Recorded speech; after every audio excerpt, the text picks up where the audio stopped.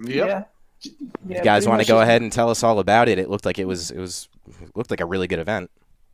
Let's start with we'll have the local guy go first. So how was your Shine experience, Matt? Yeah, I've been to a couple shines, so You this shined is a my couple times. this is my first row. Yeah, multi shine. Okay, there you go. That's the only shine based fun you're gonna get out of me today. So that's it. I hope you enjoyed it. But I enjoyed it. man, as always, like I don't know how. Shout outs to Big Blue Esports. They're really the driving force behind Shine and to the Smash 4 TO in particular, Eduardo Temper, if you guys know him, TMPR. That's my man. He really is, dude. Like every event that he is a part of is somehow like special and amazing, and everyone who goes has a good time. We were just talking about this actually, like when Eduardo Temper, when he hosts events, all of New England is way more likely to show up. Like if he's involved somehow, he's earned the people's trust, which is really hard to do, I think, as a TO. So shout outs to him for really making the Smash 4 experience go at Shine and make it go so well. And honestly, from my own personal standpoint, I had an amazing time at this Shine. It's just grown into be such a well prepared and thought out tournament. Like the lane shift brackets. I don't know if you guys participated in any of those. To anyone who went, but it's such a good way for because when people get knocked out of the tournament at majors, like you become a spectator. Like that's all you can really do, or you can play some friends. Maybe some money matches, but Shine has competitive brackets running throughout the entirety of the tournament, and people go. You can get anyone from any skill level, like competing. The second you get knocked out of bracket, you can jump right in there. You can get someone who got double eliminated at 25th, by 2 PGR members, so you can play them in a real competitive set. So I love Shine for many reasons, and one of them is how they make it a full experience for everybody who goes there, and not just catering to just top players, even though they do a good job of that as well. Also, on a personal level, a ton of my really good friends that I've been able to make over my Smash career were able to show up to Shine, and I got to spend a lot of time with them. So selfishly for me, hanging out with all my really good friends and seeing some really good Smash, as a spectator too, seeing some really good, especially the melee side of things. Smash 4 was good, but the melee side of things was nuts this year. Am I your friend? Which one of you just asked me that? please say it was Biddy. Please say it was Biddy, because but of course. Yes, No. Koopa, we're friends. No, but speaking from someone who unfortunately was not at Shine this year, and I really wish I was. No, it's definitely one of the premier events of the East Coast and Northeast specifically, and just pretty much like what Matt said. There are a lot of things to do outside of competing there, and it's in such a good area too, where because in other events you go to and you'll be like, all right, let's see what's around us, and there really isn't much. It's not like that at Shine. Shout out to Frostbite. Yo, for real. There's nothing to do I love Frostbite. It's legitimately one of my favorite tournaments of all time, but there is nothing to do outside of your Smash Run. Yeah, especially when there's fucking 12 inches of snow on the ground. That doesn't really help. Pretty much. But anyway, sorry. Yeah. So this is my second Shine. This event is always just a lot of fun for me personally, because like Matt said, it's a great it's a great halfway point for everybody. It's right on it's about the same drive to Boston as it is to Virginia. So a lot of the same people that would attend both SmashCon also go to Shine, a lot of my friends do. The city of Boston is beautiful. I love it. I don't like what it does to my wallet, but my God, it is a beautiful city. And like Matt was saying, there's always a lot of crap to do at Shine. And I just it just feels very cozy. And I don't know if that's because of the carpeted floors, but the whole tournament I just feel so comfortable. I never run into a problem of not finding a setup to play on, which is weird because when I go to other events, it's always kind of a hassle for me to get to play on a setup. But this year it hasn't been a problem. From work standpoint, it was a lot of fun. I got to commentate with some people who I don't get to commentate with very often. I got to do a good portion of bracket. I hosted a panel, which was weird. I saw that. Yeah. That looked like it was really cool. Yeah. Yeah. Did they record that by any chance, or was it streamed? If it isn't, the people are really missing out, to be honest. Yeah. The only panel that was streamed was the women in esports panel, which by the way was fantastic. If you guys haven't watched that, it's really awesome. They had a whole great spread of girls in the scene that are super inspiring and empowering. But yeah, me and Matt hosted a panel about commentary, and everybody seemed to really like it. Everyone was really engaged. I had a couple people that came up to me throughout the weekend being like, hey, like, I learned a lot from your panel. That was really cool. Like, thanks a lot. It's really funny because we had to follow up the dev from Rivals of Aether, who hosted a panel, and he got no questions at this panel, and we had like a bajillion. Oh so man, that's actually pretty interesting. So my nuts, my nuts were huge for like the remainder of the afternoon. But yeah, the tournament was great. The food was awesome. And the cherry on top was, which is what the meat of this podcast is going to be, is that a lot of people that we're all very close with did very, very well this weekend. One of them is in the call right now, actually. Oh, Yes. that's me. Yes, I'm hungry. Yeah, coming off a big win, Captain Zach. Where was that in bracket? Yeah. That was winners, hoarders of Round one pools. Round two pools. Round two pools. It was like the round of 64, like as like a whole bracket. I'm pretty sure, but like that was like another like.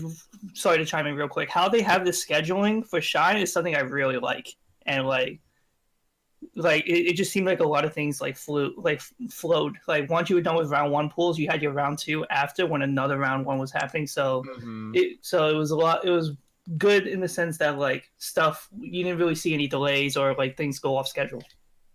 Yeah, a lot of that's the Big Blue Esports guy. You know, they're Smash first. You know what I mean? Like sometimes big tournaments and they're kind of like maybe more centered around like catering towards esports or more of those things. With these guys, you know, a lot of them are Melee guys for real. So they've been in the Melees. Like Matt Dudzub, he's been in the Melee scene for I think his entire life. Like I'm pretty sure he was just born and then he was in the Melee scene. He just never left. So these guys, they get it, you know, and you feel that in their tournament too. It's not just up here, you know.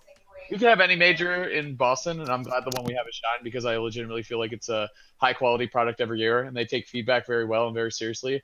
And you see things like you play a round one pool, and then in 45 minutes, a half hour, depending on how long your pool goes, if you qualify for the next round, that's when it is. It's like immediately after. So you don't have to – I saw majors where people would have early pools at like noon and then play their round two at like 6 p.m., which to me doesn't make any sense. You see players complain about that stuff all the time, and it just shows you how ingrained in the community, you know, the guys who run this tournament are. Yeah, I know at SmashCon, there was a lot of complaints where, like, there was pools on Saturday. There was round one pools on Saturday still, while two pools were going on as late as, I think, like 4 or like 5 o'clock in the afternoon. And I was like, yeah, it was kind of a scheduling mess, but... Like Sunday pools, didn't it? Yeah, Frostbite did, because they weren't, like, anticipating that many people, which was insane. But yeah, I had my round one pools on Sunday morning, which was like, so like I didn't do like anything tournament related pretty much until Sunday. So that's very odd. That's like full biddy, to be honest. That's a full biddy experience. Yeah, so Hungry. Okay. I was gonna say, Hungry, why don't you talk about your tournament experience this weekend? All right, so I actually been to, this is my third Shine, and the first Shine I got because the city of Boston's horrible to drive in. Hungry got DQ'd his first year. Oh, yeah, yikes. Second time, I lost my pass and I had to pay for a new one. And then this year was pretty good. Third time's a charm. We almost got bodied on Friday, so. That was close. It's all Jude's fault, but we'll get to him. Of course. Yeah. He had to dry his non-existent hair for 30 minutes. Oh my god. Like, yeah, this hair dryer for my not hair. I'm like, so what, you guys were in the hotel just waiting for him or something? We were in the car, and I was like, all right, so where's Jude? And he's like, oh, he's upstairs. He's like, we're just waiting for him. I was just watching this clip, and that recovery you did in the first stock of the first game was amazing. Like he didn't tech it, but your recovery was so good. You mean the jump air dodge one? Yes, correct. Because I've been there way too many times. What's that? I said I've been which time there way too many times. Right, because I was watching it as a bail. I'm like, all right, Zach's gonna jump out, and now he's like, oh, never mind. Like, oh, the witch time isn't connecting. Never mind. That was sick. How many glue sticks did you consume before you practiced that? I really like that new meme. I can't specify because I lost count. Yeah, but anyway. As a player, I thought the scheduling was so good. I just was like, and all day was like, okay, first day was doubles, and I'm like, all right, I'm playing doubles the whole day. I don't have to think about anything else. I would just, all right, I want to play, and now I'm done. And it felt good. And the same thing for Saturday. I was like, all right, now I'm playing this, now I'm playing that, now I'm playing this. So I'm good. You know, I just like was never like, I never got out of the mood of playing. You know what I mean? It was the constant momentum of playing. So the scheduling was awesome. See, like that's another thing about like the scheduling. My favorite things with events is when they do like doubles and other events like that on the first day, and then start singles the next. Instead of like, oh my god! Instead of like stretching, like seeing events that like doubles will like start Friday morning and Saturday night for whatever reason. And then singles like they do one pool on Friday or two pools Friday, two pools Saturday. It could be a mess, but again, just talk about how well the scheduling was for that Smash was random as hell. That's why I work. Yeah, exactly. But in comparison to MatchCon, I did everything on one day, and then the next day I did my round 2 pool, like for like singles. But like everything else was like I did all doubles on one day, and then my round 1 singles on the same day, and then finally the next day I did my round 2, and it just felt like really, really like I felt like I didn't have the same momentum that I had the day before. Mm-hmm. Right. Yeah, So, I do. I love the breakup of like Friday is the chill day. Like you show up, you play your doubles, you can play crews, like you get to hang out. Like everyone take your time, show up to the venue, shop for some merch, and then Saturday is like all business, and then Sunday you're a spectator, you're in top 8. Yeah, and I'm pretty sure there were still lane shift brackets going on Sunday as well. There were definitely there were going on. So there's always options. There's things to do at Shine. Yeah, definitely. So so what you're saying? Oh, go ahead. No, I was just gonna say. So what you're saying is the event was really good, and unfortunately you were just plagued with a top 8 that has the quota of Bayos, about 4, which I think is pretty much on par. There was was there 4? I only if you count MK Leo, it's depends on okay. Yeah, true. Yeah, but it was obviously like very Bayo top heavy at the end of the day, which has kind of been the case for the last like few major tournaments. So I'm sure people are kind of like stale of that. Well, saying SmashCon because SmashCon was kind of the outlier there. So it's very clear where the meta has shifted. But obviously, if you can see the graphic, which has just popped up on our screens right now, the big story here is New Jersey's native son and everyone's favorite man who takes 30 minutes to dry his hair, Jackal. Get on route to a 5th place finish at an A-tier tournament. And not only just that, like you could have argued he's like, you've seen people make runs in brackets where they have like a softer landing spot because of like DQs and like early upsets. But Jackal beat the number 1 seed in the tournament and a top 15 player in the world on route to 5th place here. And I know he's going to be kind of bummed out about how he finished out because that's just how his competitive spirit works. But that's actually, it was just like that's not a new thing for anyone who's been in New Jersey. Jackal could get second and play really well, and he's still going to be upset that he didn't get first. And that's a quality that I kind of like personally. I know it might come off the wrong way sometimes, but at the end of the day, it's just someone really eager to improve, and that's definitely something to appreciate. And that's definitely something that Jackal has been throughout the years. I mean, granted, like less than 2 years ago, he wasn't even like top 15 in the state. Well, we've seen a few people just concede to James in New Jersey, quite honestly. But if there's one thing that's been consistent over the past years, is Jackal sets with James being pretty close. If not, Jackal coming out on top. Yep. Yeah.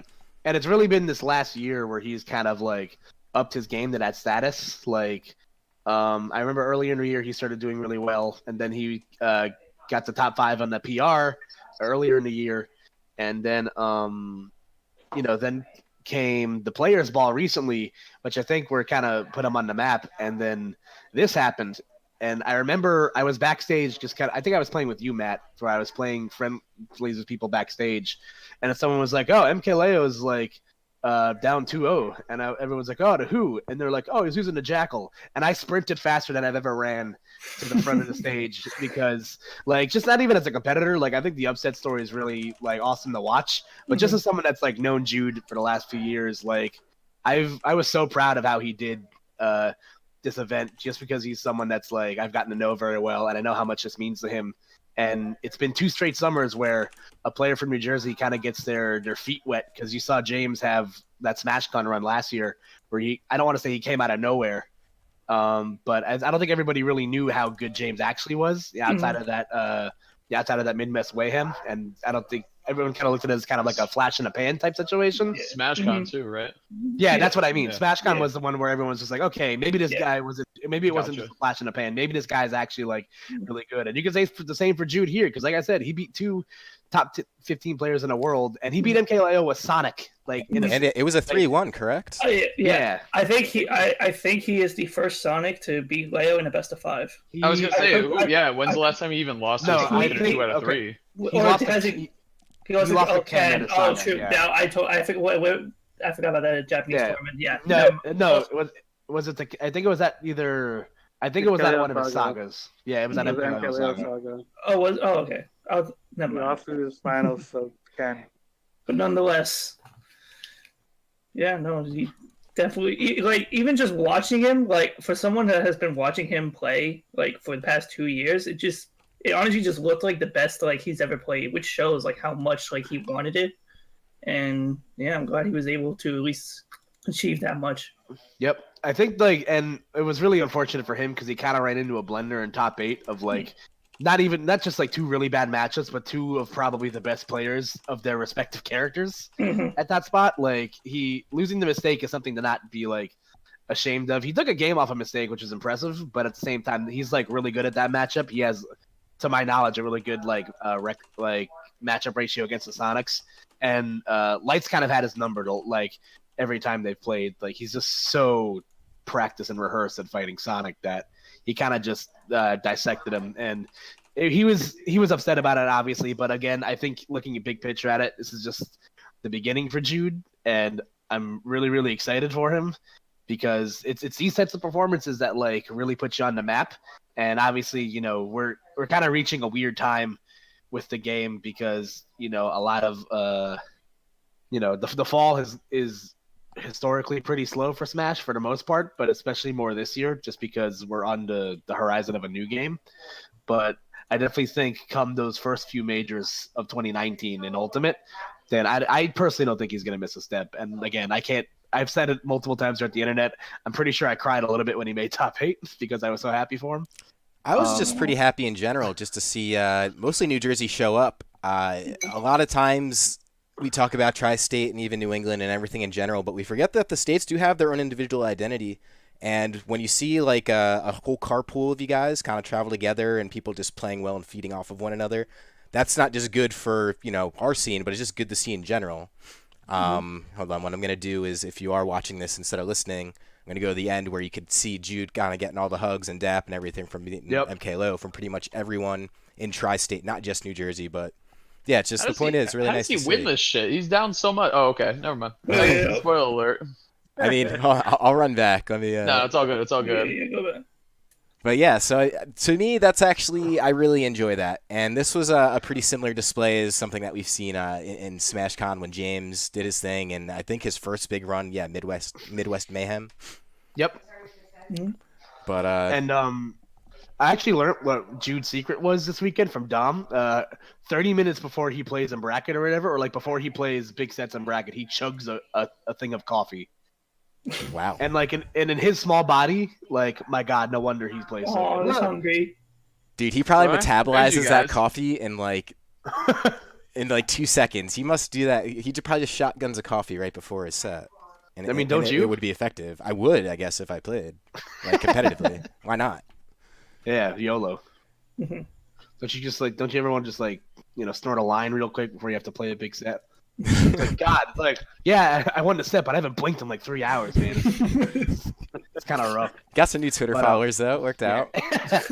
Yeah, that's also the best part about watching upsets happen live. Jude went from less than 500 Twitter followers to doubling that, and it was really funny. It's well deserved, and it's really cool to see events like this, especially as you mentioned, such a well-ran event in not just the Northeast, but New England, which I would say a good bulk of the events and the attention in the Northeast kind of comes in Tri-State, but you kind of forget that New England's its own entity as well.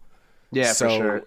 I don't know. It just looked genuinely like a great tournament to be at. And I do want to give a quick shout out to the other Jersey players that were there. Like MHG's very own Malarson made it out lose out of his pool. I think he beat Scott and Helper at that tournament. So I think he played Scott on stream because I watched that.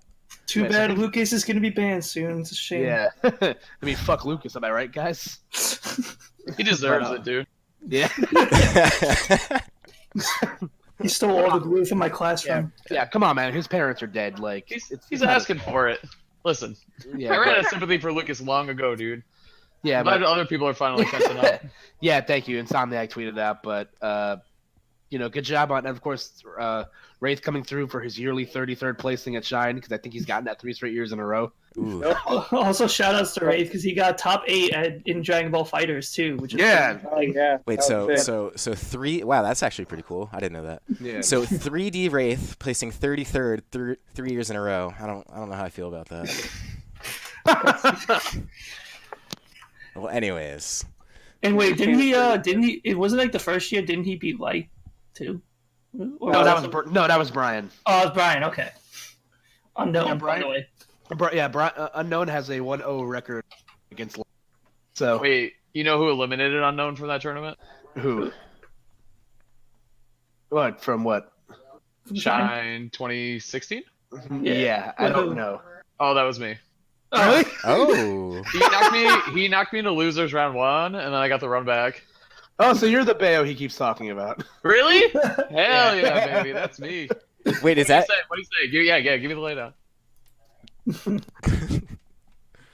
So you'll forever haunt him. Yeah, you're forever. That's pretty fantastic. He beat me round 1. I was the 1 seed in my pool, and I literally sat down and lost. I was like, "What the fuck, dude?" I asked D in both of our sets. Was he someone that just literally was not known at that time? Yeah, he was unknown. Yeah. Oh God, I hate. No.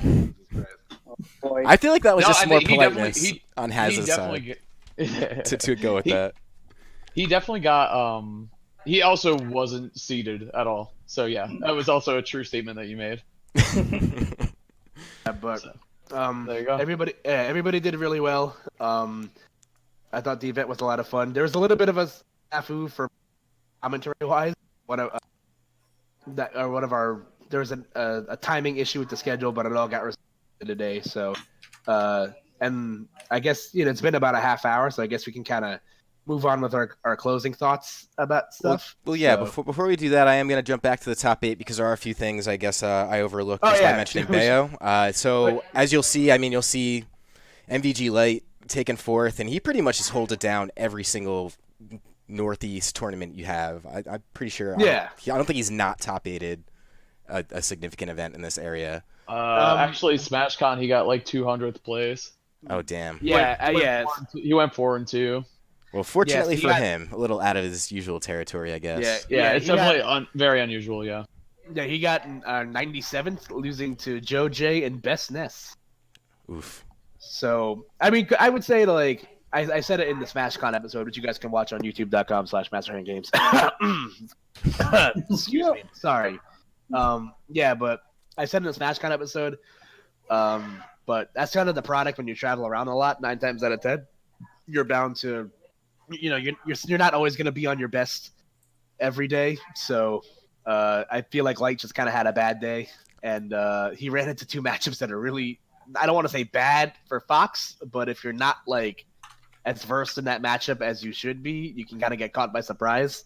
Because I know Light has a losing record against Zenodo, and and I can't really speak for how often. I mean, I think him and Tony Pajamas are from the same region, right? So, they're good. They're actually good friends. So that was definitely the more surprising loss. Best just played really well. Like I haven't seen the set. I don't think it was recorded, but I definitely just have to give credit to Best S in that situation. Yeah, that's his big ass head, man. And then Dark Wizzy getting 7th place, dude. Pretty cool. Yeah, that's a great placing. Yeah, so he's a New England's adopted son. So, and he had I think Wizzy was the one that had the Lima bracket, I think.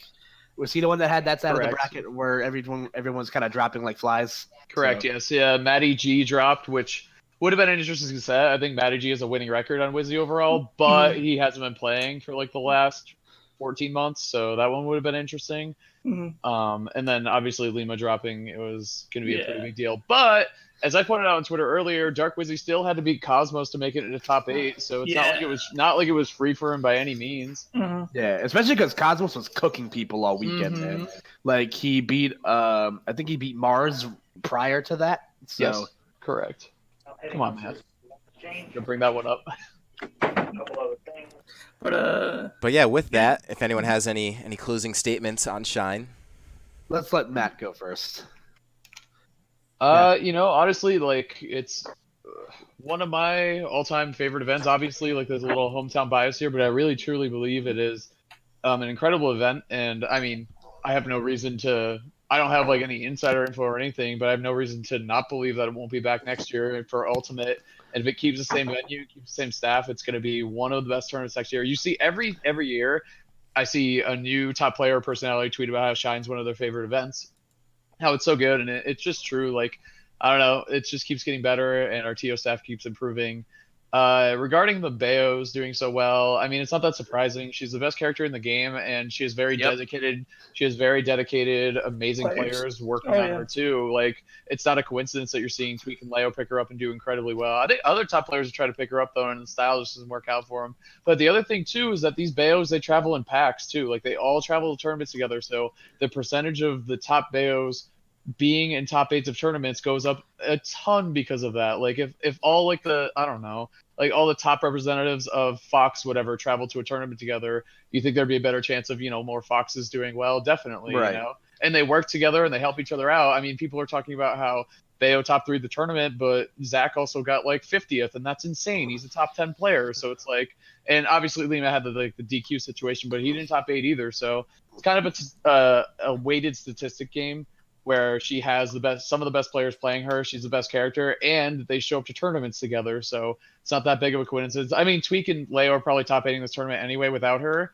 You know what I mean? So, but if you look at, you know, Mistake and, you know, Salem, who won the tournament too, and his playstyle was absolutely brutal, by the way. It was what a, he's a genius. Like, he just like figures out new ways and like different ways to look at the game. I thought that was so cool because for a long time, he was considered the weakest at the Bayo Ditto for a really, really long time. And I was like, you know what, fuck that. I'm going to come up with a whole new strategy. You guys might be better Bayos than me. Like, I consider him to have, like, the weakest combo game of the Bayos. But he might have the strongest neutral of not just any of the Bayos, but some of the strongest neutral in the entire game. Up there with, I would say, Leo, who I think has the best neutral. So Salem was like, I'll make you actually play the game. I'll follow your combos. I'll hit you with these basic combos that are still really strong, but I won't do anything insane. Won't overreach, won't look for these big witch time conversions. Like, I'll just play the game and I'll beat you like in a marathon rather than in a sprint. Right. And on the subject of the top 8 itself, I know like something that's been kind of an issue is crowd control at these majors. And while I won't say that the crowd was great all weekend, because obviously there's always a couple of shitters in the audience that kind of spoil things every now and then, but I'll say the crowd was more like apathetic to the whole thing. Like, I feel like once your hometown hero kind of gets like knocked out of the tournament, your win kind of falls out of your sails. So after Light was eliminated, a lot of the crowd kind of like whimpered down. Not to say that anybody was like outright booing like, you know, Salem, Tweak, and Mistake for doing anything, but it was just kind of a lot more of like, you know, apathy. Like, nobody was really saying anything at all, like win or lose, which again, it's like, you can't force people to like cheer for something that they don't like. That's just kind of, it's like, it's, you know, it's preference. Like, naturally, you're not gonna like every movie you go see. Like, you're not gonna clap every time every plane lands. So you shouldn't clap when any plane lands, to be honest with you. Actually, I really agree. I did that exactly one time, and it was it was like a really scary landing. That was the only time where I popped off when a plane landed, because it was legitimately scary. That was it. That was the only time. I never clapped just because. Like, there was always a reason. I actually was never on a plane where they clapped on the landing, except when I flew back from Hyrule Saga and we landed, everyone claps, and then I'm like, so it is a thing. Yeah. Yeah, when you first see it, it's you're kind of just confused. At least in my experience, I was pretty confused. Also, like, I don't want to like get too much into Melee, but big shout outs to Zane for going off. Yeah. Oh my god. Really that was a run, dude. Holy shit, he's amazing. He snapped, actually, though. I think it was the Prince of Boo that posted a picture of like Zayn 3 years ago, like winning the MTV NDVA. Yeah, and now he's like winning he's winning tournaments over gods in Melee. Like and who else? I think it was Taffikins that tweeted like a list of all like the major tournaments that Melee's had since the beginning of the year, and the only repeat winner this year was Armada, which is crazy. Yeah, because there's been a different winner out of like 7 out of the 8 major tournaments this year, which is insane. And out of the history of Melee, like from 2001, there's only been 15 winners of majors, and Zayn is the 15th one. Yeah, it was crazy, man. But yeah, Armada's not even number 2 right now. He's not number 1 or anything. He's the one who's won 2 majors this year, Melee is in a really cool spot, and I think our scene will be there in about. Yeah, but Zayn is definitely like the figurehead of the saying, like, it's never too late to start. As long as you have the drive, as long as you like want to reach the goal and put in the work and want to put in the work, you can reach that goal. Yeah, because like if you look at the old guard in Melee, like I remember back when I got in the scene back in 2014, where it was Mango, it was some combination of Mango, Armada, and Mewtwo King in top 3 for every event that they had. And now you look at that, and you look at the results now, and everything's really different. Like, you're still seeing a lot of the same faces, and then Hungrybox kind of had his rise to fame. But now even he's shown to bleed a lot of these last few events. And like Matt said, Melee's in a super cool spot right now. And that's going to be fun to watch, because Melee will Melee, like I'm trying to find a good comparison for it, like country music in a pickup truck. Like, it's just never gonna die. That one Kenny Chesney CD that your parents bought in 1990, like it'll never die. So yeah, it looks a little scratched up. You could tell it was sitting in the case without the case for a little while, but plays just fine. Yep. Yeah, but overall, my thoughts on Shine are pretty much just echo what Matt said. The event's fantastic. I have a great time every year. The New England scene is amazing. I have so many great friends from that region. Shout out to that glass of sangria that almost killed me on Saturday night. I almost choked and died. Yeah, it was like the airplane landing. Like, I clapped after you stuck the landing. Yeah, I definitely choked on an orange seed, and thought like I was like, this is it. It's just like. Yeah, it was bad for like 2 seconds. I was like, oh fuck, this dude's going down. Yeah, it's okay. I teched, but we're good. But yeah, Boston's a beautiful city. Like, I just love like aesthetically, like that it's right by the ocean. Check out the stream. Right I just wanted to be sure to put this picture up before we're talking about good friends. This looked, I don't know, wholesome picture. This is actually from the conference you guys were giving, the panel. Yeah, excuse me. Yeah, shout out to Ruffian or Kate for this picture. This looks like a BudLight advertisement with the BudLight right in the middle. Oh yeah, I know, for real. Just a couple cold brews. Photoshop that, like put the BudLight in there and like friendship smash, like some sort of like. When do you get the royalties? I thought you were gonna say shout out to Hangman, because you could see like maybe his face in the background. Oh my god! Let me go back to that for a second. Yep, there he is. I need someone to look at me the way HazMatt looks at Koopa. Yo, same. I'm saying, dude. I know Koopa started a meme with that today. It was pretty solid. I hope it catches on a little bit. Me too. It's a good meme. Yeah. Well, honestly, too, for me, this picture, it means a lot, not just because it's me and Koopa, who's become one of my very good friends through Smash, but also, like, we did the panel together, which was really cool because, like, when I first started commentary, I don't know, what the hell year did I say I started commentary? 2014, you said. End of Brawl, basically, going into Smash 4, I kind of very loosely started getting into it. I really liked the Xanadu's when TK and E first got started. Like, I would legitimately drive home from work on Tuesdays, and that was my night. Like, I'd make dinner, watch Xanadu, and go to bed. Like, it was so good. And so getting into commentary in that way and then transitioning it, actually, like, some of the first major feedback I ever got was about how I run my mouth too much and I don't listen. It's, like, not a conversation with me on commentary. It was more like me just talking over the other person. So I took that, and actually Gunblade pointed that one out to me. So shout out to Gunblade, obviously the realest guy out there. Wherever you are. Yeah, right. Seriously, I mean, love that guy. So he gave me that advice. Like, you really gotta, like, listening is a skill. You need to do that. So to me, seeing that picture, like, years later, that advice was the best advice, some of the best advice I ever got. And you can clearly see I'm very engaged with listening to what Koopa is saying. So like seeing me, myself at Shine and doing it with one of my best friends, the panel with one of my best friends, yeah, and doing, doing commentary at a higher level. Just I don't know, that picture means a lot to me. Yeah, and just neck me harder. Just neck me harder, Matt. No, I love to end. I actually love to end the segment with that in mind as we talk about some things that maybe aren't as fun that we've seen trending recently. Okay. But in either case, I don't know. I know Matt is gonna have his cast right after this. I'm gonna host him. Matt, you're more than welcome to stay for as long as you want, man. Definitely a pleasure to have you. No, I appreciate it. I think this is a good jumping off point for me. I'll come back at another point and do the podcast. I usually stream on Monday nights, so this week was off because I was too tired from Shine to stream last night. So I'm going to stream tonight. If you guys want to toss me the host, that would be cool. Yeah, we're going to absolutely. Usually stream on Mondays, but I mean, if you guys want to have me on here, I'm more than happy to sit around and shoot the shit, talk a little Smash with you guys, of course. Absolutely, man. Well, yeah. Have my people talk to people. Please excuse my son. You are welcome back anytime. We'll pencil you down and get back.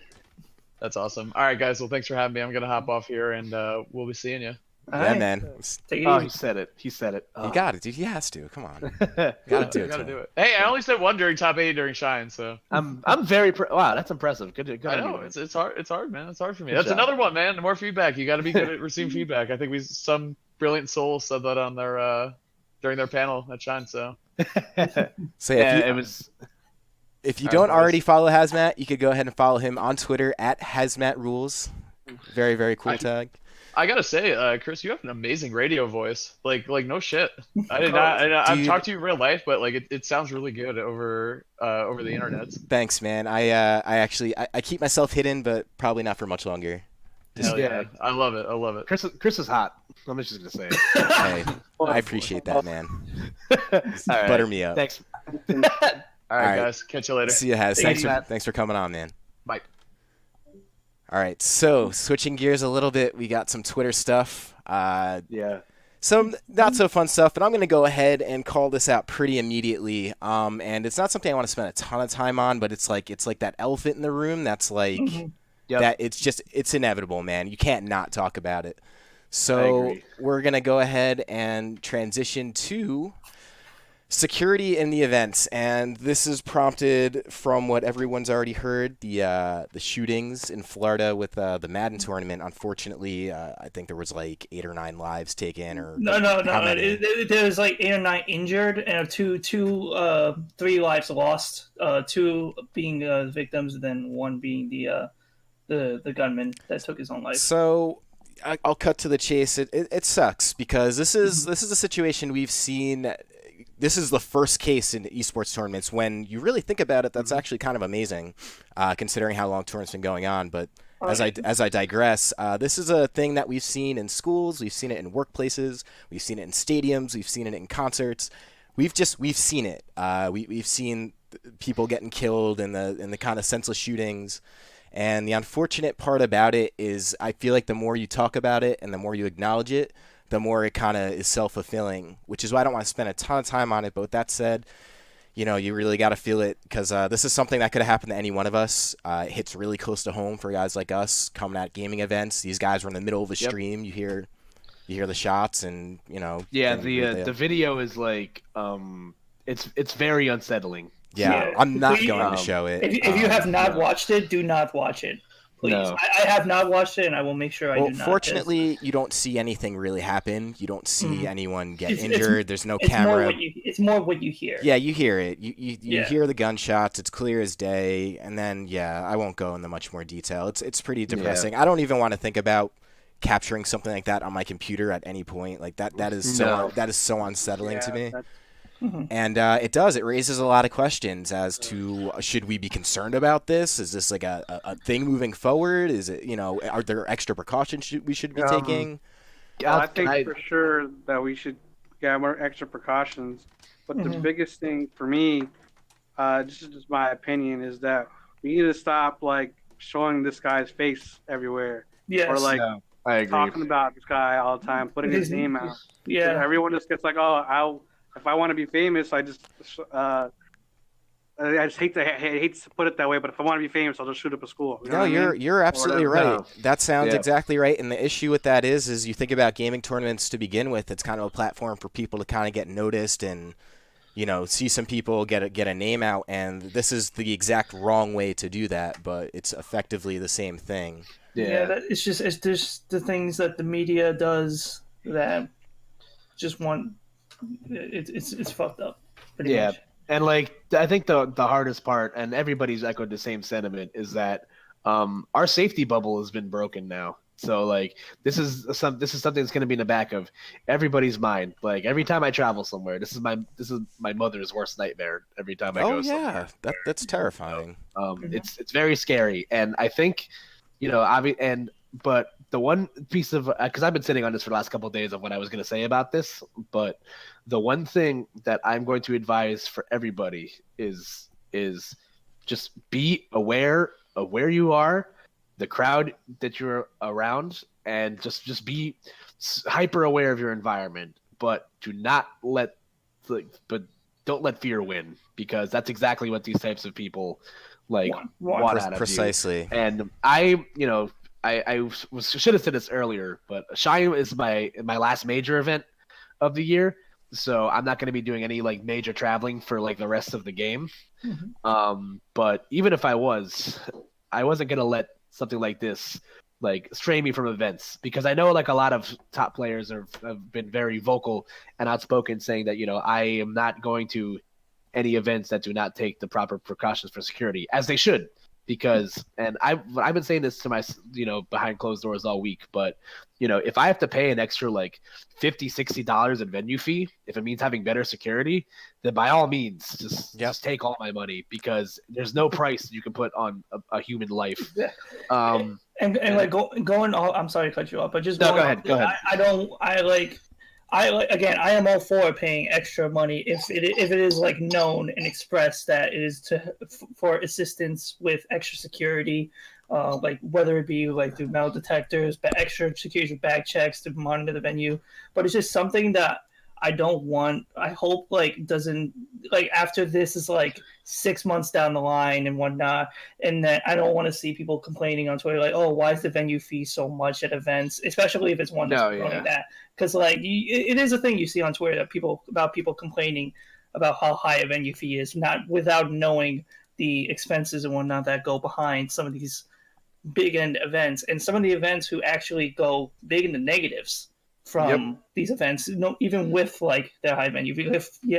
So it's just something I hope down the line I don't see anything relative to that, and hope we have an understanding that if it is expressed that we will have extra security, I'll pay whatever within reasonable range for it to be a thing. Yeah, and the other thing I was gonna get off of, obviously it goes without saying, but myself and Chris and James and all the local TOs, we're gonna do whatever we can to keep our scene safe and keep everybody not have people worry.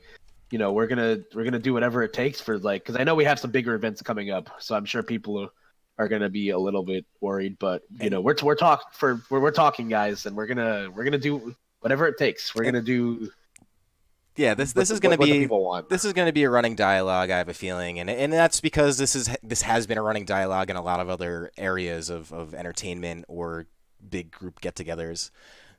So the reality is while we might not be able to solve the issue right now in terms of do we do a clear bag policy? What event qualifies for a big enough event for security? How do you pay for the security, since a lot of these events are underfunded to begin with? These are all things that are going to come up. I don't think anyone has the answers tonight. I know I definitely don't.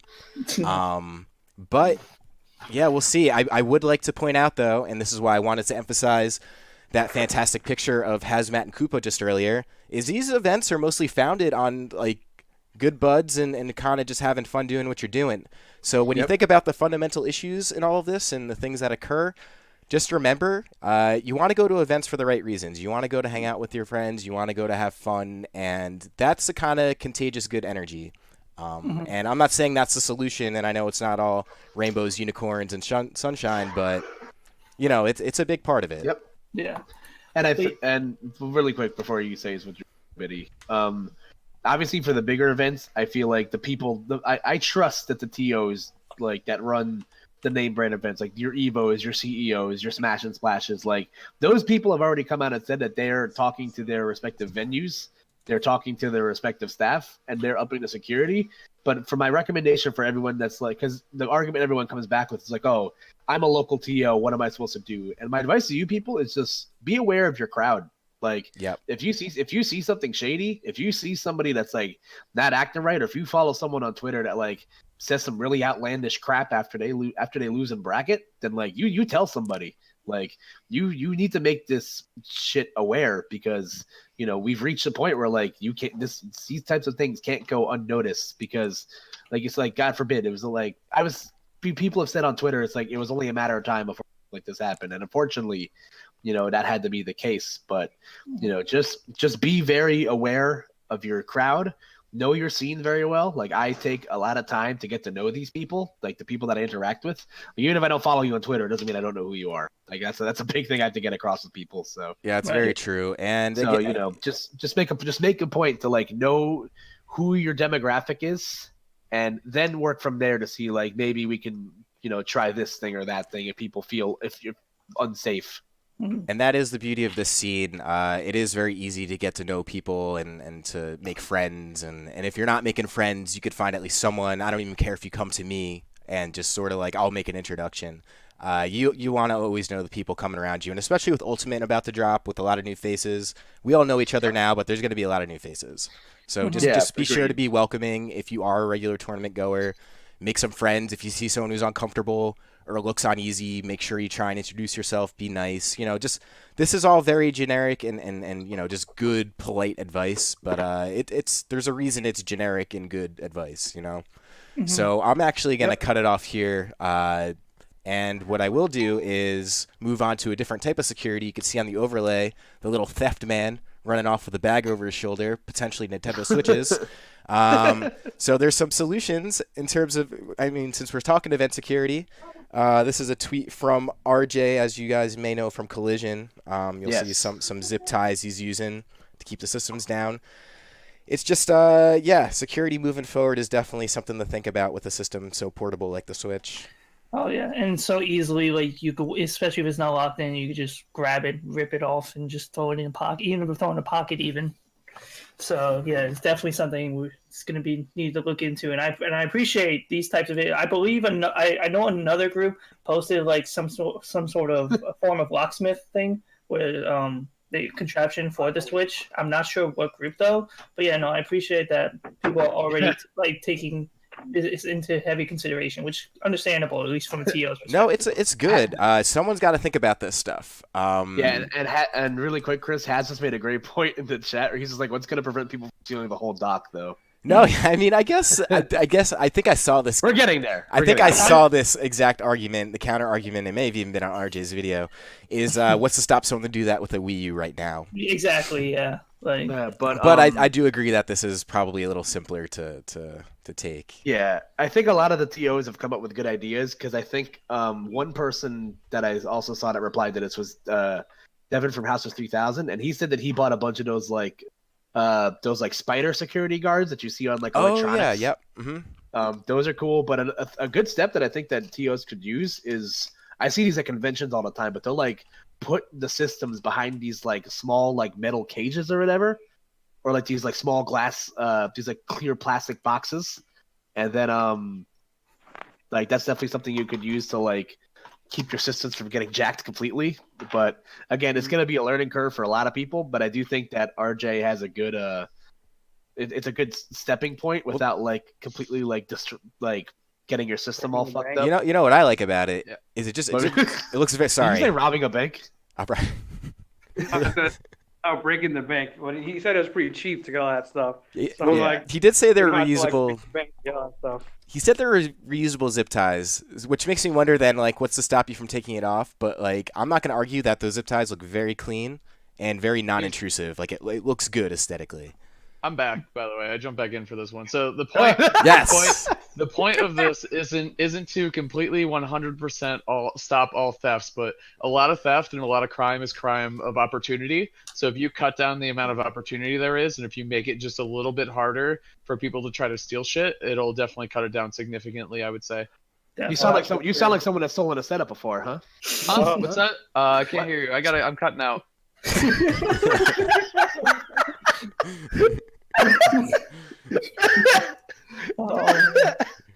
Oh man, who the hell is that guy? He's like, hey, this isn't where I parked my car. HazMatt or something. That was that was great.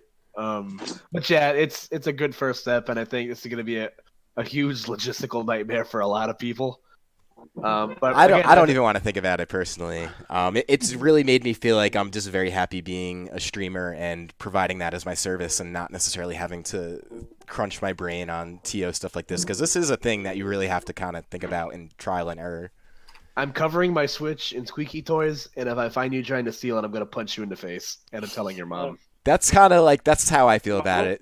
Just be a decent person, because if I catch you stealing any of my stuff, I will end you personally. Like, that's how I feel. If I could like create some form of thing where like if someone touches the Switch that isn't me, they get like shocked or something. That would be my approach if that was the thing. Can we get like Russian dash cams of everyone's Switches at tournaments? In case someone tries to steal it. Put some GPS, slap a GPS on there too. Yeah, or like everybody's like obligated to wear a GoPro on their head.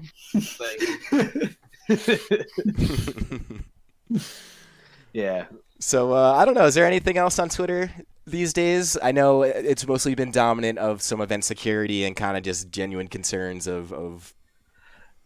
Like, yeah, Twitter this past week could just be summed up with like security / like awareness of that situation, shine, and then glue eating. All right, so that's true. There's glue eating. I'm not going to spend much more time here though. So I guess what you guys are telling me is that we could go ahead and start talking about some locals.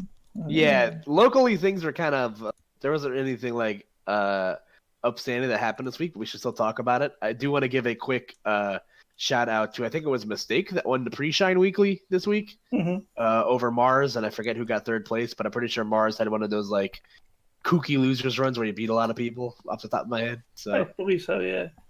Let me look up that bracket while I'm at it. Yeah, feel free to link it. I know New York native Jen got 5th at that tournament too, which is good. Yeah.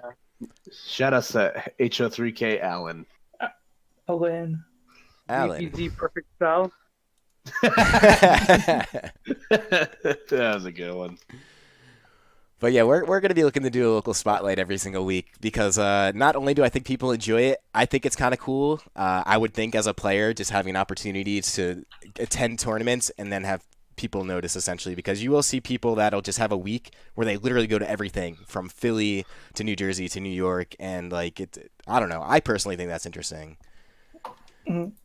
Yeah. Like, and I think and I know that, that Haz does this on the balance patch where he'll just kind of go through like local players who like have stock that's rising and stock that's it's a stock rising. Exchange, which is going to be yeah, just real funky. So shout out to that. And again, it's a good way to get to know your local scene because, like you said, Chris, there's going to be a lot of people, a lot of new people, man. Oh yeah, everywhere. So.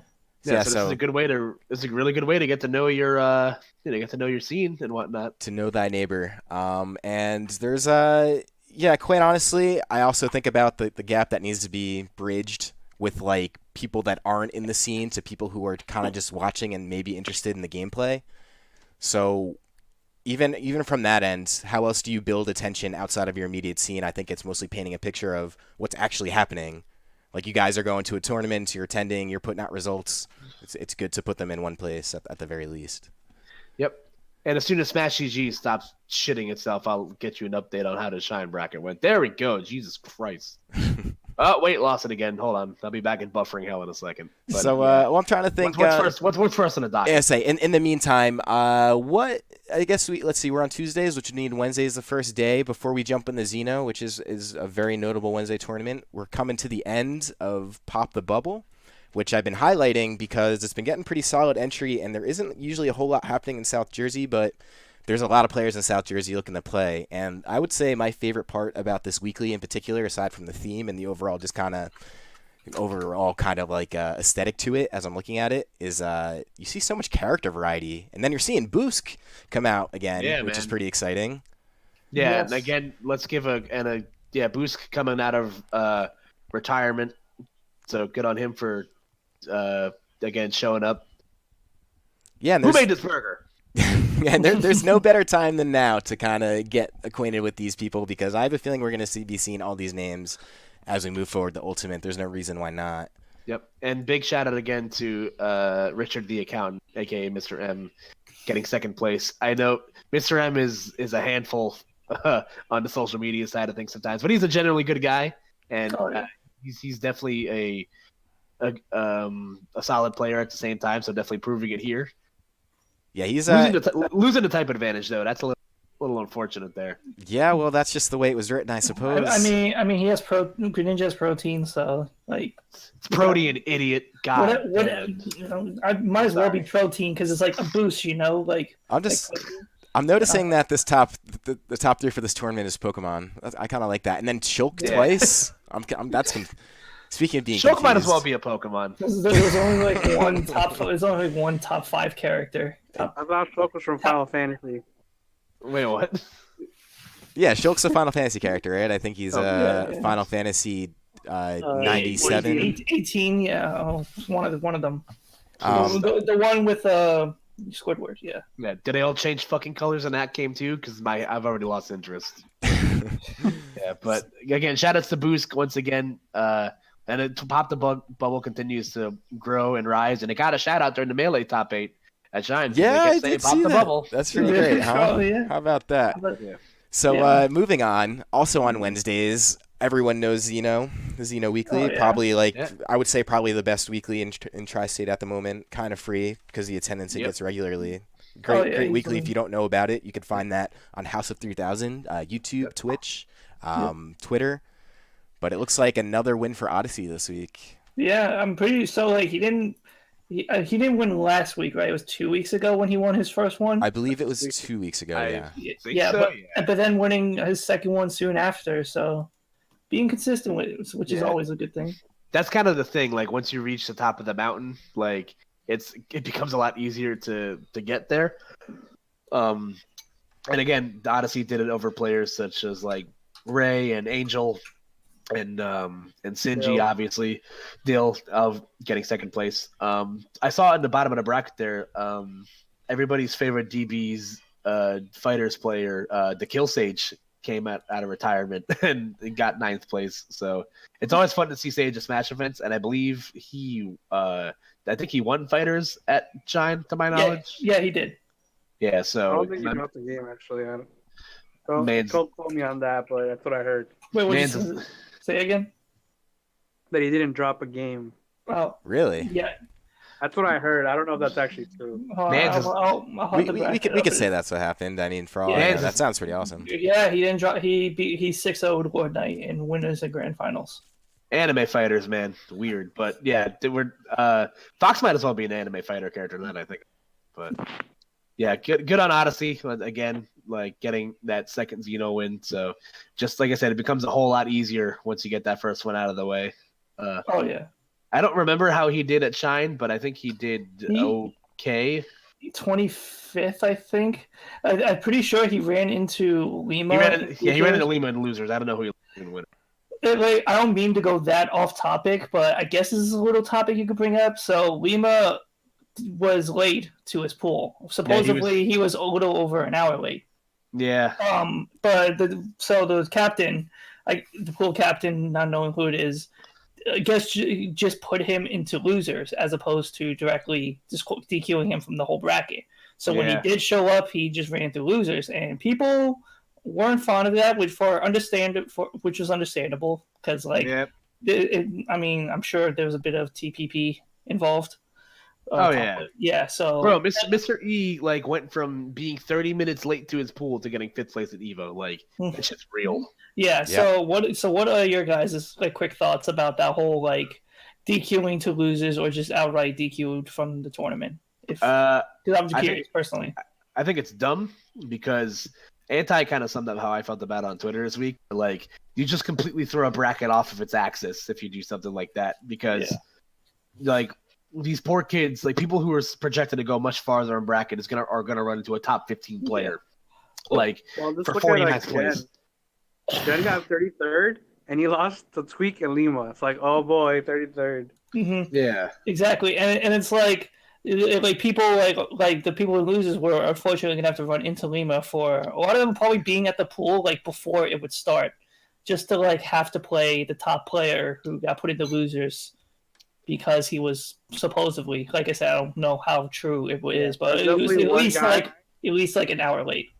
There was definitely a guy who went 0-2 because to play Lima as his first round losers. That guy was definitely super tight. Yeah. If I were that guy, I would have like written a very strongly worded letter and then not sent it to anybody because people don't send mail anymore. So would have requested Evil to take back his trophy. Yeah, oh boy. But I think we need to see like. Here's the thing: like instances like this are very few and far in between. Even though we're going off like this happening like 2 out of the last 3 majors where a top player is late to their pool and are not disqualified completely, but. There are ways around it, obviously. Like there's like the way that a bracket stacks up, there are ways you can play around it. But I think TOs need to just get like grow a set and like know when to like DQ somebody completely. So again, like you're playing with human emotion. It's like, why does this referee not call this during this specific sporting event, type of thing? But I just think there needs to be a lot more transparency, because if I showed up an hour late to my pool, like nobody would have batted an eye and DQ'd me, even though they should know who I am. Like, come on. Yeah. Deal, but so it sucks. It is. It's unfortunate, but I mean, in either case, we are actually starting to run close to time here, so we're going to start to speed run some of these other brackets. Yeah, I mean, like I'm pretty sure we didn't have really many weekend tournaments. I know. Outside of Wednesday, there was Thursday where we had Kingdom. Yep, which I'm just getting up right now, and we see 3D Wraith taking 33rd at Shine 3 years in a row, taking first at Kingdom 57 singles. And if you guys, you'll see basically the ad for this tournament running through. This is every Thursday, hosted to you by Third Day Gaming, Godfit, the lead TO. And it looks like actually some Central guys went up. I see Maverick Hunter and Lemon T in the bracket. Lemon T getting 4th, and Steezy getting 5th. Yeah, Steezy getting 5th.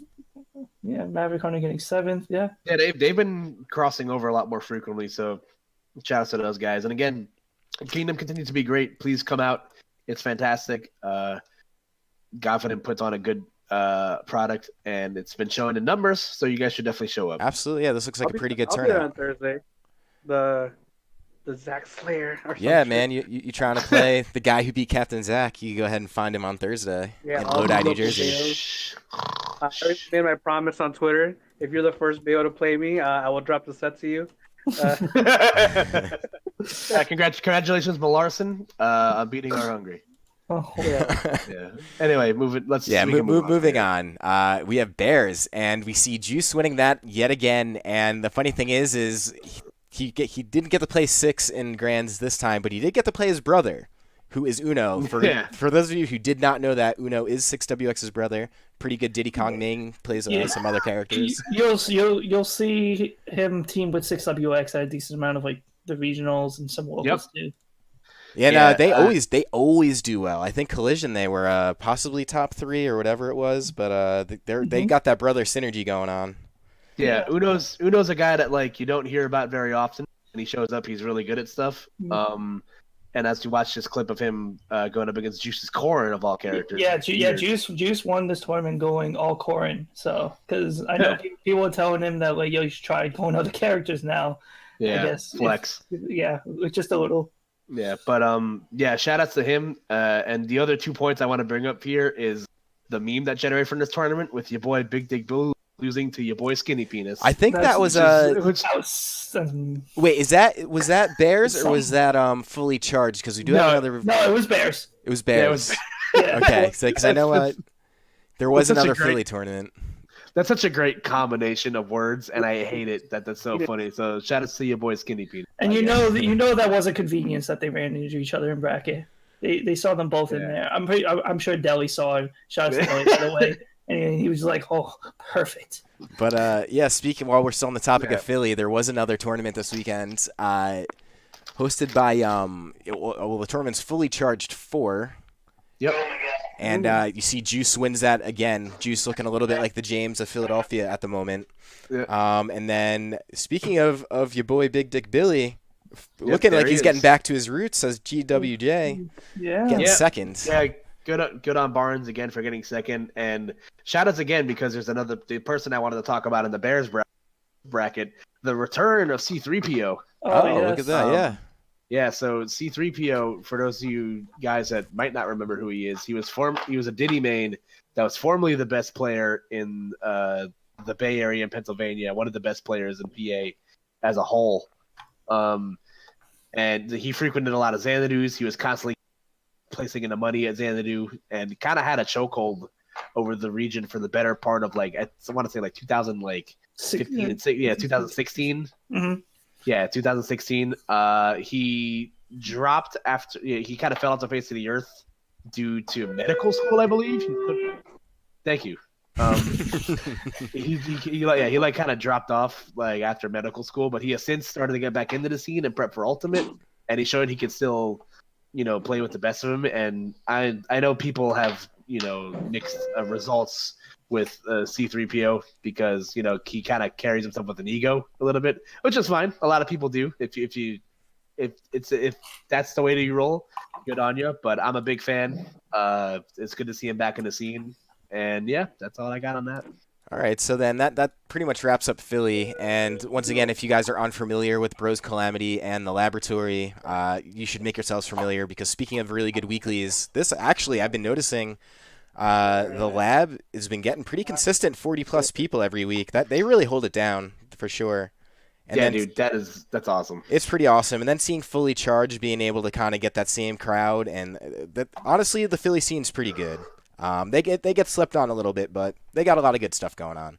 They actually have a really top tier announcer who you could tell doesn't know a lot about Smash, but man, is he an announcer? I don't know if you guys have seen Stu the announcer, but man, he is a spectacle. He's pretty fantastic. You'll catch him on Bros Calamity, Bros_Calamity on Twitch is what I'm trying to say. But, yeah, so with Philly out of the way, I do want to jump back to New York because I did forget to talk about Aeon last week, but they're another one. Picture consistency. Hold on, let me just get this bracket. Yeah, Aeon Friday weekly in Long Island, New York. Yeah, it's a little bit of I think it's a decent ways from house, so you kind of get your fill of a little bit northern New York. You get your fill of the Cross Bronx. At the All or Nothing, I forget exactly what it's referred to as, gaming Yeah, it looks like a really good venue, man. That place is set up. It was actually started by a Pokemon YouTuber that I know, Shady Penguin. He was part of the people behind it that put it together, which is awesome. Dude, and I'm just seeing some of the guys that get in bracket. It really is. It looks like a little bit of a different scene from the usual Xeno. And I'm seeing, speaking of Philly, taking a back step, why do bad things happen to good people, getting second to Vinny. Yeah, bad things is an interesting dude. He's a force to be reckoned, though. Yeah, when he has instances where he plays well, he's really good. And I'm still shocked how they were able to get his full tag to fit in a stream overlay on SmashCon. That was fun. To give that guy a raise. But the Aeon venue is fantastic. They have great production behind the scenes. And again, shout out to the Gaming Gen dudes. They also do a lot of Splatoon stuff, which is great. And shout out that shit, man. Splatoon's fantastic. Yeah, Splatoon's pretty great. Between you, me, and everyone here listening, I would love to do some more Splatoon stuff or do any Splatoon stuff through MHG. It is really tricky to start up that scene, though. It's not quite like Smash, but it's a really fun game. If you haven't played it, you should at least try it. Yeah, well, I think we should start running this a random side of it for the next few Platinum Stars. I'm kind of in the next few Platinum Stars. I don't want to get ahead of myself. We'll have a couple new games. We're going to be trying out Rivals, and we're going to be trying out Slap City as side brackets. But we can get into that in a minute. We do have one more bracket to close out our local spotlight here, and that is none other than our good friends at Spectrum Smash. Yes, sir. And what happened this week? Oh, I know what happened this week. I was watching this. Great Gonzalez gets a win. Yep, and I believe he went over Wraith. Shout out to Lilat. Yeah, Wraith getting double eliminated from Gons. People kind of remembering, or I don't think anyone really forgot how much they hate Ness and Gons for that matter. We never forget. And then Jack showing his PR placing not quite a fluke, getting a pretty solid 3rd place there. Let's see, and I guess he got knocked out by Koogie Cougs in winners apparently, who took 4th. Yep, and you see a lot of the regular students you usually see like at stuff. Obviously, Blue and Delta usually do pretty well at the locals. Koogie's one of those guys that had like I don't want to say you want to sleep on him because he can still show to be really good. It's just a matter of him just getting like the time to play. And Biddy getting 7th place. Did you go Diddy Kong? I wasn't there. Oh, yeah. I went Diddy Kong. Okay. I mean, you outplaced Steve. I mean, just saying. And Law. Oh man, who did Law? Law got knocked out by Wraith and Delta. Yikes. Ooh, yikes. That feels bad, man. Yeah, no, you're actually. I feel you need to like zoom in to like the top 5 because I think that's like the main focus of this, right? Oh, for sure. At this point, I'm seeing who attended. Yeah, man. Spectrum's always a good weekly. They don't get nearly enough attention. I mean, that's just kind of New Jersey to begin with in terms of like stream views and numbers of people watching. But you could tell that everyone there is having a really good time and that people do care about what happens at the bracket. Just doesn't have a lot of exposure. RJ showed up to this shit. Oh yeah. RJ was there. He shows up from time to time. No, he does. I've seen him at Spectrum every now and again. He's been there a few times. Law just came in. He made a bet with Wraith. Wraith bet on himself winning the tournament. And then, like, RJ was like, "Oh, I bet you're not gonna win." And then the whole time he was just cheering. He was like, "Let's go, Gons! Like, you got this." He was like just coaching him the whole time. Wait. Who was coaching Gons? Not actually coaching, but like he was cheering RJ, because like RJ bet with Ray. RJ's like, "Gons is gonna beat your ass. You're not gonna win the tournament." Too funny. That's funny. Yeah, but that's pretty much it outside of everything locally. So again, locals. Shout out to all you guys that enter locally and do well. So. Fuck Mario. Keep going, man. We're gonna be highlighting this stuff every single week. So if you're feeling extra ambitious and you're hitting multiple locals, we're not gonna miss it. We'll see you moving from place to place. And for any of you guys paying attention in our public Master Hand Gaming Discord server, the New Jersey Discord server rather, you can see the results. I've been doing my best to essentially pin every single thing that happens in the tri-state area as it happens. So all the top 8 results and the graphics and the YouTube VODs, you could find a lot of this stuff as it happens getting listed in there. So yeah, I'm going to be keeping up with that. And if you guys start seeing more tournaments pop up, feel free to link them to me. Anything I'm missing or haven't seen. Yep. Mm-hmm. And again, showcasing the stuff we have coming up this weekend. Like I said this in the past weeks, but and I also said this on my panel this weekend, plug. But this is the best time to like start going to your locals because, like I've been saying, it's going to be a whole bunch of new people, and you're going to want to stay ahead of the game. So, attend locally, attend everything you got. Like we said, there's a lot of crossover between the different parts of the state now, which we haven't been able to get that a lot. So it's starting to happen for sure. It's nice to see, and towards the end of the life of this game too, which is even better. Yep, and we do have another Platinum Starcadian this month. That's right. This weekend. Coming up this Saturday. Yeah, I'm gonna come through. I'm gonna come through and win. So just don't bother coming, guys. Probably, I would say the last NJ Arcadian for Smash 4. Quite possibly. Yeah. I would say more than likely. Yeah. Yep. That's something to think about. I hadn't even thought about that. But we will be seeing more Arcadians time come Ultimate, which is a whole different conversation. We'll have the first Arcadian on release. So yeah. Unlocking party / Arcadian. Yo, we actually have to like organize. So I think I think like a platinum unlocking party where we all just like. Adam will just bring all of his amiibo since he has every single one, and we'll be good. Yeah, but that's boring. Yeah, that's like the worst kind of unlocking party. I'm just praying it's just a single player mode that you start out with you play as the 8 or whatever, and then every time you meet a new character, you unlock them. That's my shit. I got to call this out as I see it pop up in the chat. I see Justy asking if he could enter as he has not been PR'd in a while. And this is funny. This was a topic I wanted to talk about today, but I think we'll wait till after the Arcadian when we're actually talking about it. is what qualifies people to enter Arcadians, because there's a lot of debate on this, and a lot of people there's no uniformity. It's kind of Wild West. Yeah. We need like a sorting hat in like Harry Potter. It's like you're bad enough to enter. Yeah. So Mike, you can't enter. Shut up. So, what we're going to do is we'll be talking about that next week, which is a little bit, it'll be after the Arcadian, so it'll be in hindsight, but I think that's a good place for it because we'll talk about it a little bit before Ultimate comes out, so that way when Ultimate comes out, we could do this all the right way. Let's see, what else? Yeah, so Starcadian this weekend. That's about it for I think recent that's stuff. pretty much it. We're kind of nearing, like, I'm not nearing, but we are at the end of the summer of Smash now. So I gotta say, it's been a hell of a summer. Like, it's kind of crazy how fast 3 months can go by.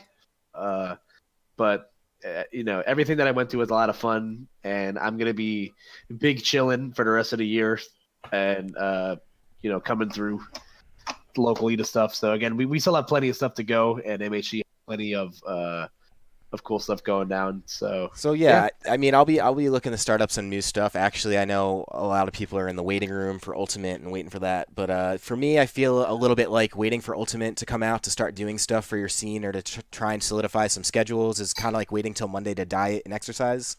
I think that there's just a lot of things. I feel like there's just a lot of things that are undiscovered and on sort of, not really discussed. And I think everyone expects it to happen all at once, but there are steps that you could take in the meantime. So you'll be seeing me and you'll be seeing MHG doing all of that in the meantime. Definitely. But okay, so that's gonna wrap it up. If you guys got closing remarks, now's the time. Shout out to Haz once again for chilling with us tonight. It's always that's my dude. Shout outs to Temper, like Matt said at the beginning of the podcast. That guy knows how to run a tournament. Shine was fantastic again. Can't wait to go next year and spend $28 on a lobster roll because my life fucking sucks. I hate seafood. Live's lobster's so expensive, man. It sucks. Anyway, that's all I got. Yeah, it's pretty delicious. Yeah. But Biddy, Hungry, you guys got anything? Well, Hungry had to dip from the call actually, not long ago. So unfortunate there. But yeah, for me, I mean, same thing. Kyle, I'm definitely gonna make sure I go to Shine next year as well as all of you should because it's a great event. Shout outs to Tristate, Smash, all the TOs, Chris. Hey. Yeah, and again, shout outs to Jude and Hungry for really solid performances, and everyone that did well at Shine this weekend from Tri-State. Y'all are great. So did I just hear Hungry, by the way, or no? That was Biddy saying definitely. No, he dipped. Damn. Yeah, he died, so we're good. Anyway, sorry to cut you off. You go ahead. No, it's fine. Yeah, that's pretty much all. Shout outs to everyone that did well this weekend. Y'all. Oh yeah. Yeah, it's honestly a lot of fun to watch when you guys travel. So we'll be looking forward to that moving forward. And I guess shout outs to Rickles just because he wants a shout out. Yeah. Yeah, man. You know what? Rickles does deserve a shout out. He's working on a lot of stuff over in Chicago. He's got a new event coming up called Retro Arena, which is September 29th. Oh, yep. Yeah. We'll find the excuse to talk about the Midwest at some point. Michael, you do not get a shout out. No, he doesn't. You kind of, I mean, you kind of shouted him out though just now. All right, we're wrap it up. All right, well, we gotta go. So you could catch us same time. Yeah, you could catch us same time next week. Next week, I could already tell you, we'll be talking a lot about the Starcadian, which is going on this Saturday, and then we'll be talking about Arcadians in general because I think that is actually a good topic to talk about.